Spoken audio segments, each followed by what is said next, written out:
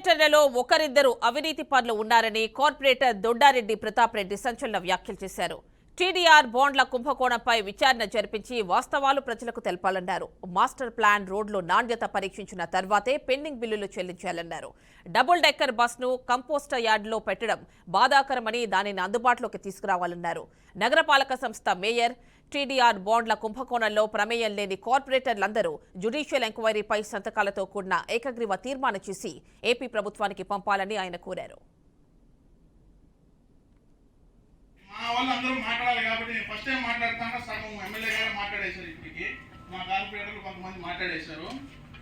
First thing ఏంటంటే TDR bond కుంభకోణం అంటున్నారు. అంతా అందరికీ క్వశ్చన్ మార్క్ ఉంది, అంతేగాని ఒక క్లారిటీ కానీ ఏమి లేదు.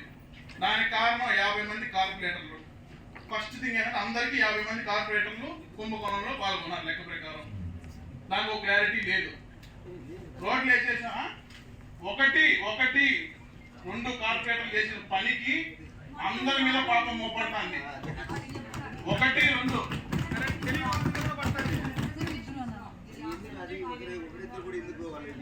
నేను ఇవ్వటం లేదక్క, బయట ఆ విధంగా అనుకుంటానని చెప్తున్నాను.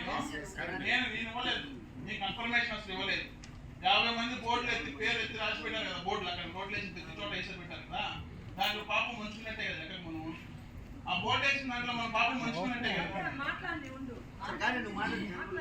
ఆ బోర్డులో పేరు వేసిన దాని వల్ల కంపల్సరీగా అందరినీ మనల్నే ఇస్తాం. దాని కాబట్టి దీంట్లో ఏదైతే కుంభకోణం జరిగింది అని అంటారో ఎమ్మెల్యే గారు చెప్పినట్టు జ్యుడిషియల్ విచారణ కంపల్సరీ